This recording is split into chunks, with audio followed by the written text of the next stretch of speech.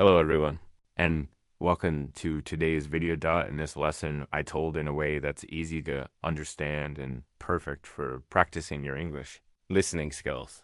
Let's get started. Welcome, my friend. Today's video isn't just another English lesson. It's something deeper. It's about changing the way you see yourself, your voice, and your future with English. This isn't about grammar drills or long vocabulary lists. This is about the story of a boy who once had nothing, no fluent English, no confidence, no courage to speak. And yet, he grew into someone who could stand tall in international meetings, express his ideas without fear, and inspire others around. The world. If you've ever felt shy to speak up, if you've ever held back because you thought your English wasn't good enough, if you've ever stayed silent even when you wanted to share your thoughts, then this story is for you. And I promise by the end, something inside you will shift. So stay with me till the very last moment. Because this is more than just a story. It's a lesson that could transform the way you live your English journey.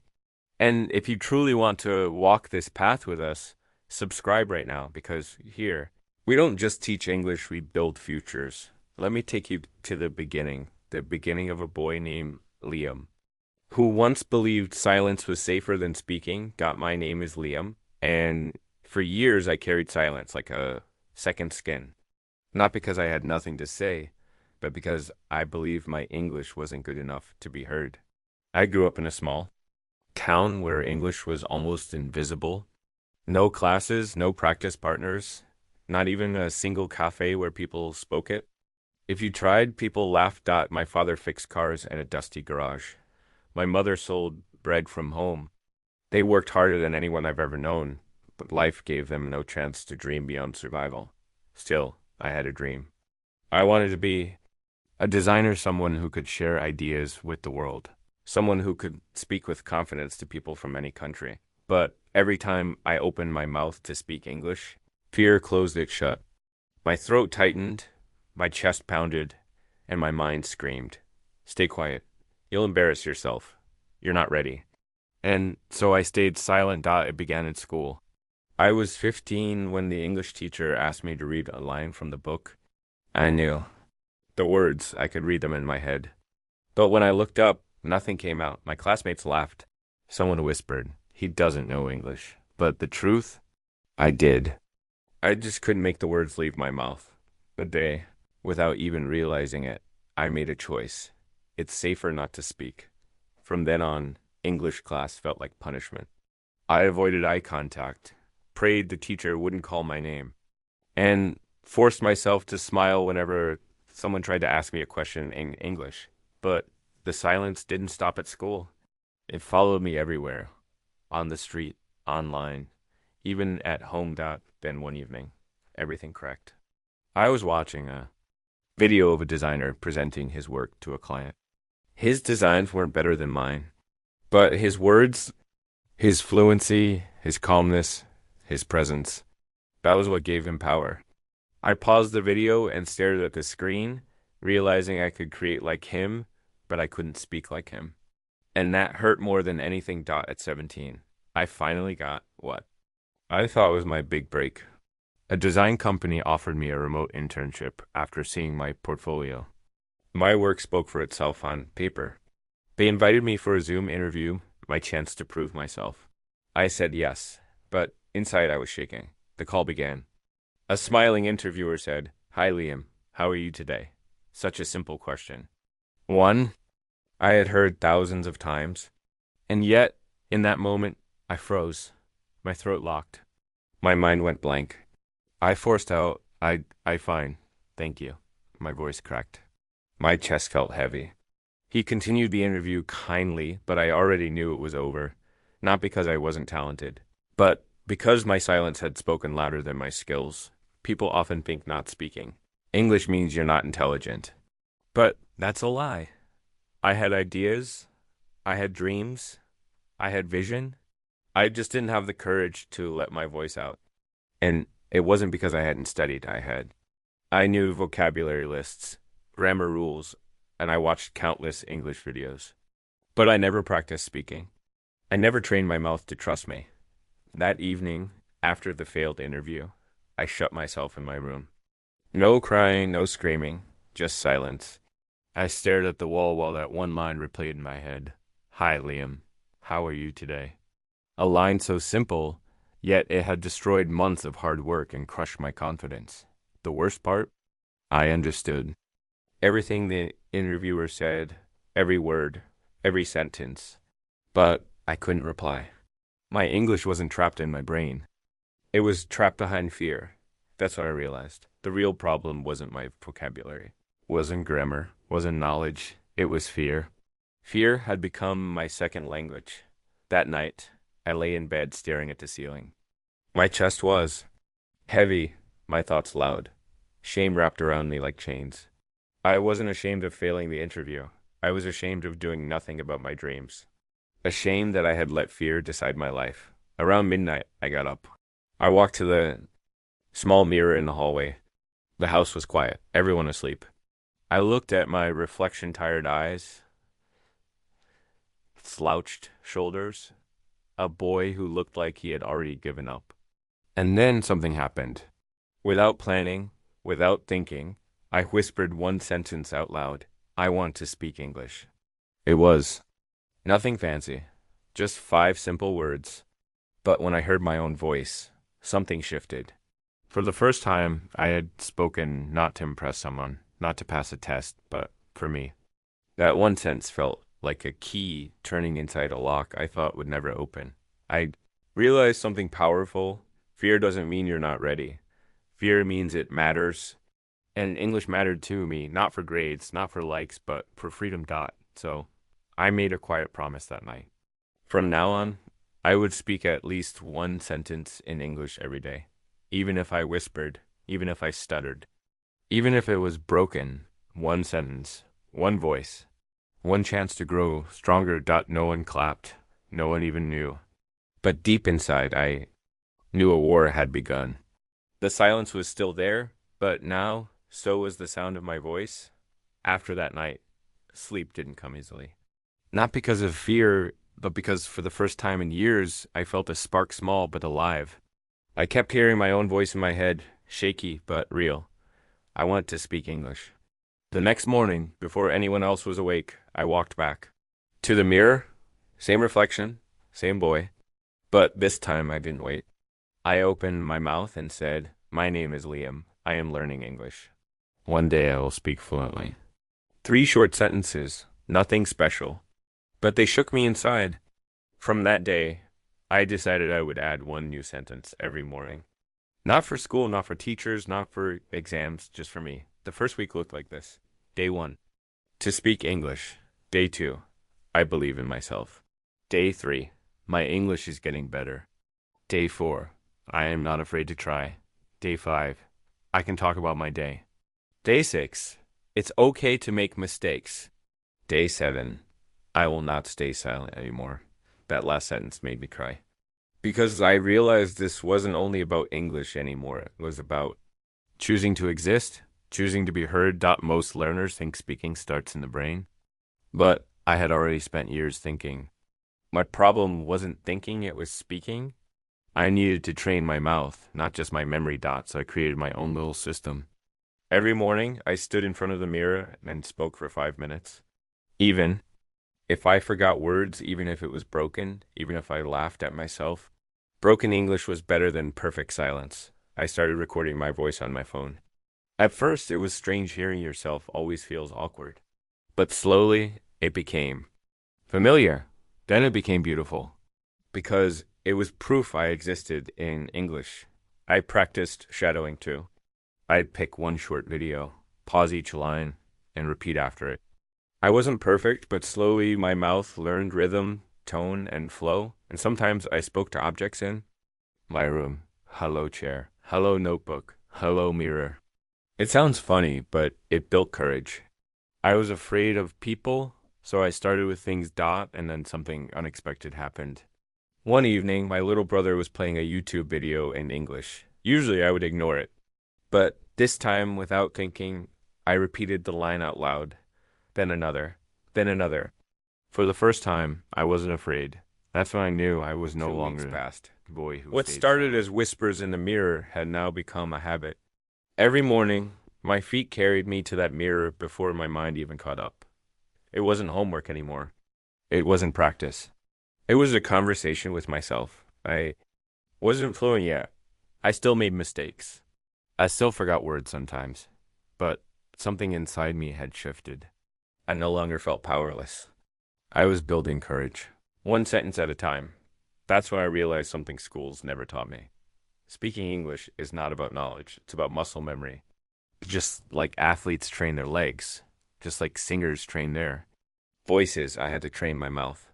I already knew grammar, one knew tenses, conditionals, vocabulary lists. but none of that helped when my voice shook in public.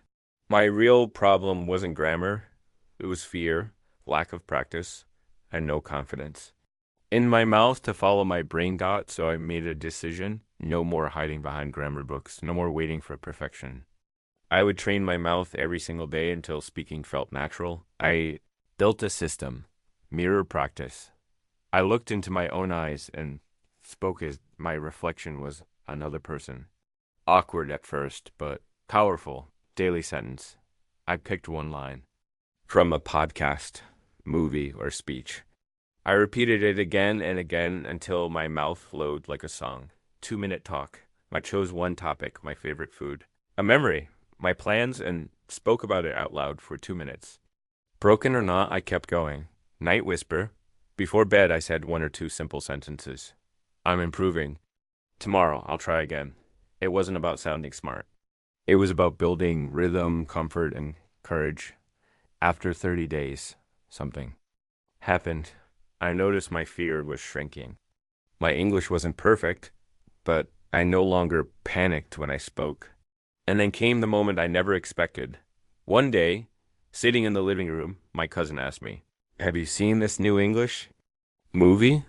Normally, I would have nodded silently. But that day, words came out. I started describing the story. Not perfectly, not fast, but naturally. He looked at me, surprised. "When did you start speaking like this?" And I smiled because I finally knew it wasn't luck, it wasn't magic. It was mouth training. I had spoken in the mirror. I had spoken to myself. I had even spoken with my cousin. But deep inside, one fear was still alive, the fear of speaking in front of many people, a real audience. Real eyes, real silence. And then the moment arrived, one Thursday morning. Our teacher walked into class and said, "Tomorrow, each of you will give a short talk in English." The words hit me like a wave. My palms started sweating. My chest grew tight. My mind screamed, "Not me, not again." That old fear, the one from years ago when I froze, came rushing back. That night, I couldn't eat. I couldn't sleep. I stared at the ceiling, the same ceiling I had stared at weeks before, back when I whispered my first English sentence. But now I was different. I wasn't just afraid, I was prepared. At 2 a.m., I stood in front of the mirror. I looked at myself and whispered, "You've trained for this. You have a voice now. Use it." My mouth still trembled, but it opened. And that was enough. The next day, my name was called. Liam. My legs felt heavy as I walked to the front of the class. I turned to face my classmates. Some leaned back. Some scrolled on their phones. Everyone was waiting. The silence was crushing. I took a breath and said, "Good morning. My name is Liam." My voice cracked, but it came out. For years, that simple act had been impossible. Now it was real. I kept going. For many years, I was afraid of this language. I thought mistakes meant shame, so I stayed silent. But silence is heavier than mistakes. It doesn't protect you, it traps you. The room grew still. A girl lifted her head from her desk. A boy in the corner leaned forward. Slowly, the silence changed. It wasn't against me anymore. It was with me. I ended with, "I'm not fluent. I'm still learning. I'm not silent anymore. Thank you." For a few seconds, there was nothing, just silence. And then applause. First one clap, then another, then the entire class. Not because it was perfect English, but because it was real. My hands still shook. But my heart was free. That day, I learned something I'll never forget. English fluency isn't about speaking without mistakes. It's about speaking even when your voice trembles. That classroom speech changed me. Not because of the applause, not because of the teacher's smile, but because of something deeper. I had finally heard my own voice in English, loud and clear. For years, I lived inside my head. I had ideas, dreams, and questions, but I never let them out. That day, I proved to myself, you don't need perfect English to be heard. You just need courage. But now came a bigger challenge. Life outside the classroom. No teacher, no rules, no silence to protect me. Real conversations, real people, real speed. Could I survive in English out there? I made a promise. From now on, I won't just study English. I will live in it. The first test came sooner than I expected. I was walking near the bus stop when a tourist, clearly lost, asked me in English, "Excuse me, do you know where the Central Market is?" I froze for a second, not because I didn't understand, but because my brain wanted to translate, to prepare, to stall. But real life doesn't wait, he repeated, "The market?" This time I spoke, "Yes, go straight, then second left." My words were simple, slow, maybe even broken, but they were enough. He smiled. "Perfect. Thanks a lot, man." And he walked away. I just stood there, stunned. My English wasn't perfect, but it worked. It connected. It helped.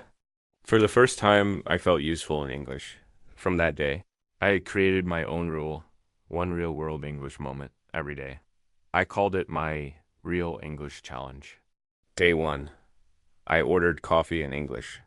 Day 2, I sent a voice note to a friend instead of just texting. Day 5, I pretended to be on a phone call, practicing English while walking on the street. Day 12, I helped tourists find the bus to the museum. They smiled and said, "Your English is really good." That sentence almost made me cry. Not because I needed approval, but because I realized I wasn't invisible anymore. Bit by bit, English was no longer a subject I study. It was becoming part of my life. Weeks passed, and something incredible happened. English stopped feeling like a foreign subject. It started feeling like a home I was slowly moving into. I wasn't just practicing anymore. I was living it. I noticed it one evening while brushing my teeth. My thoughts were in English, simple ones like, "I need more toothpaste. Don't forget your phone tomorrow." It wasn't forced. It wasn't translation. It just happened. And that's when I knew English was no longer outside of me. It was inside me, but then a new challenge arrived. An email.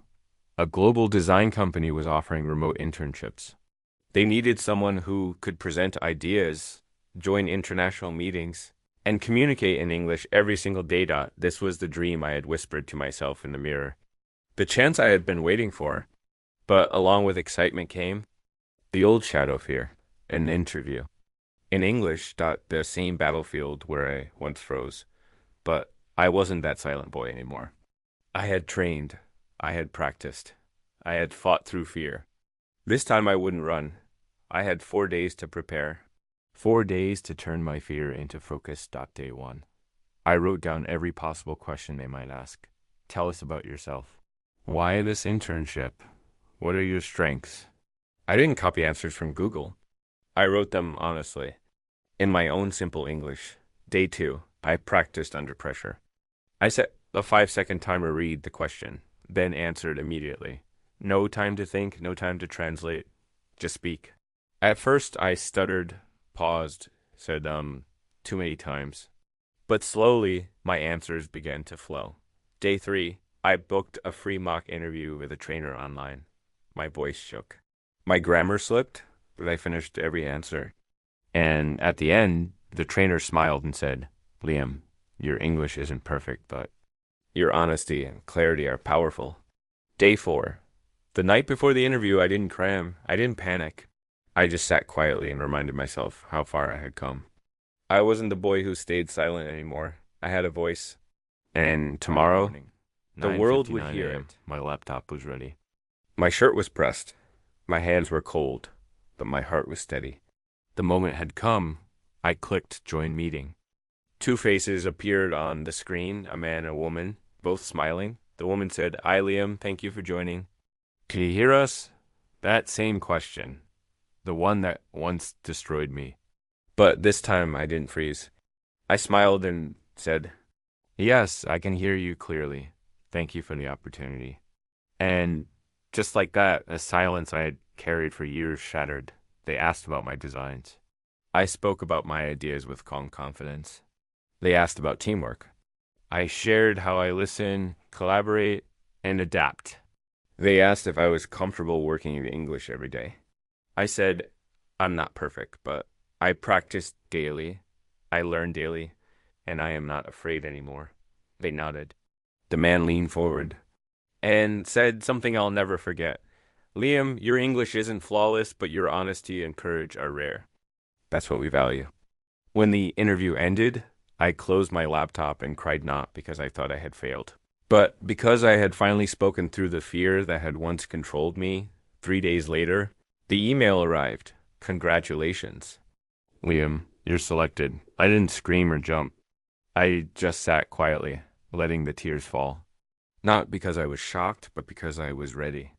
Ready for the life I had been building, one broken sentence at a time. Today, I work with people from across the world, Germany, Brazil, Canada, South Korea.